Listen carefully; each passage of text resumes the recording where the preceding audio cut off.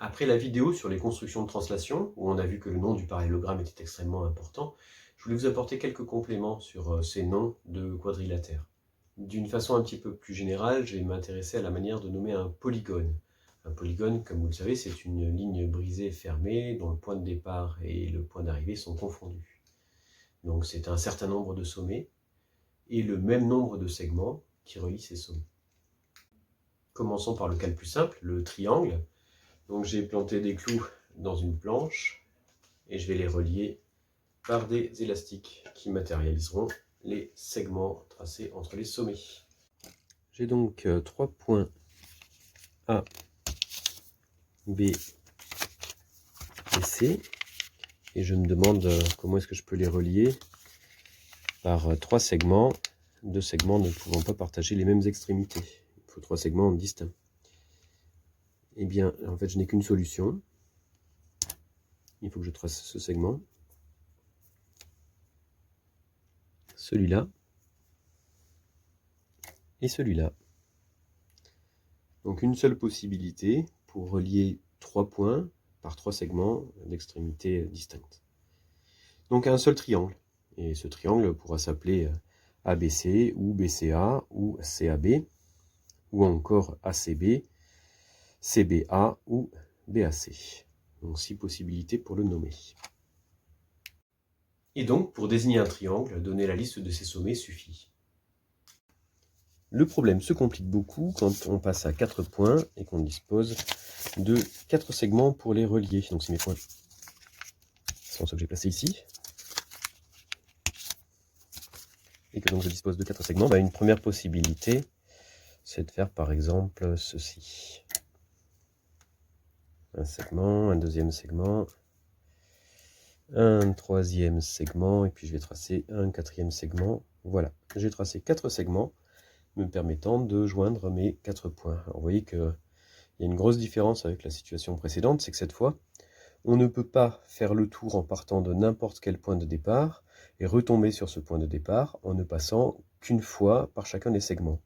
Par exemple, si j'essaye de partir du point C, je parcours ce segment, j'arrive au point B, alors là j'ai le choix entre partir vers ici ou vers là, je pars vers le point A, donc j'ai parcouru le segment bleu, je vais vers le point D, j'ai parcouru le orange, je finis en revenant vers le point B et j'ai parcouru le rouge, j'ai parcouru mes 4 segments, mais je ne suis pas de retour à mon point de départ, puisque mon point de départ c'était le point C. Donc je n'ai pas affaire ici à une ligne brisée fermée, dont le point de départ et le point d'arrivée sont les mêmes. Donc ça, c'est pas un polygone. J'ai bien tracé 4 segments qui me permettent de relier mes 4 sommets. Mais j'ai pas construit un polygone.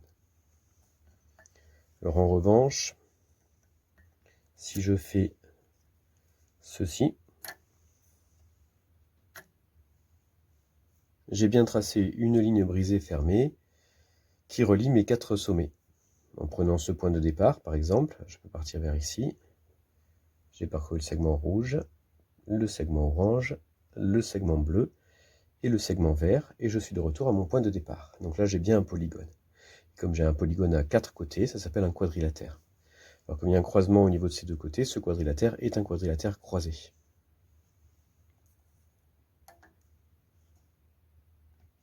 On a d'autres solutions. On peut aussi faire comme ceci.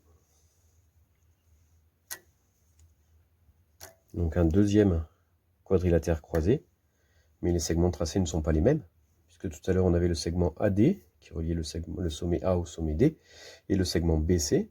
Ici, ils ne sont pas tracés. On a en revanche le segment AB et le segment CD qui n'étaient pas tracés précédemment. Et on a encore un polygone.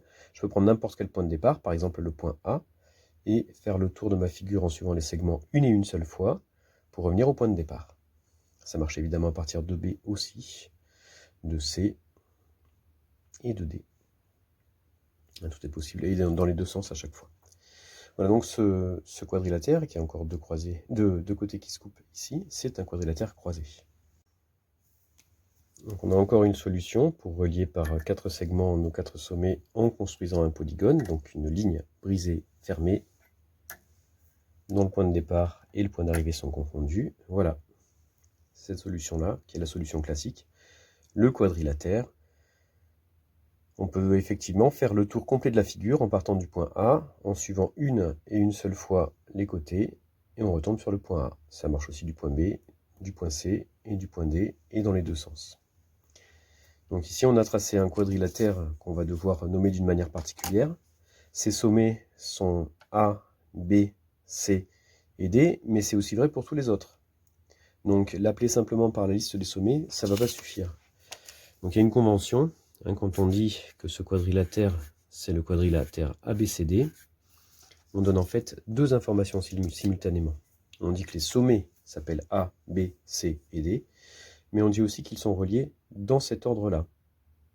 Et donc le segment AB est tracé, le segment BC est tracé, le segment CD est tracé, le segment DA entre la dernière lettre et la première lettre est tracé. On a fermé notre boucle. En revanche, le segment AC n'est pas tracé, il faut sauter une lettre dans le nom du quadrilatère, et le segment BD n'est pas tracé non plus, là aussi il faut sauter une lettre. Alors il y a bien plus de manières de nommer le quadrilatère que simplement ABCD, puisqu'on peut prendre n'importe quel point de départ et tourner à chaque fois dans deux sens. Pour trouver l'un des noms possibles de ce quadrilatère, on peut partir de n'importe quel sommet, par exemple celui-là, et choisir un des deux sens pour parcourir les sommets. Donc je vais tourner dans ce sens-là. Donc je pars de D, j'arrive à C. Donc dans mon nom, il doit y avoir les lettres D et C qui se suivent. Ensuite, je passe de C à A. La lettre suivante, c'est donc A. Puis de A à B. Enfin, je reviens de B à D. Donc celui-ci s'appellera DCAB. Beaucoup d'autres possibilités. On peut aussi l'appeler C, A, B, D. Ou encore A, B, D, C. En revanche, il ne peut pas s'appeler comme le précédent, puisqu'on ne peut pas passer de B à C, donc les lettres B et C ne doivent pas se suivre dans le nom de notre quadrilatère.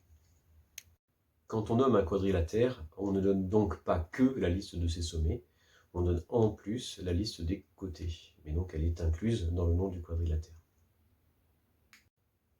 Pour les plus curieuses et les plus curieux, je vous laisse cette question en suspens. Si on prenait 5 points et qu'on essaye de les relier par 5 segments, ça nous donnerait combien de configurations possibles? Et parmi ces configurations, combien seraient des pentagones? Et si on se posait la même question pour 6 points, pour 7 points, 8 points, n points? Bonne réflexion, bonne mathématique, au revoir.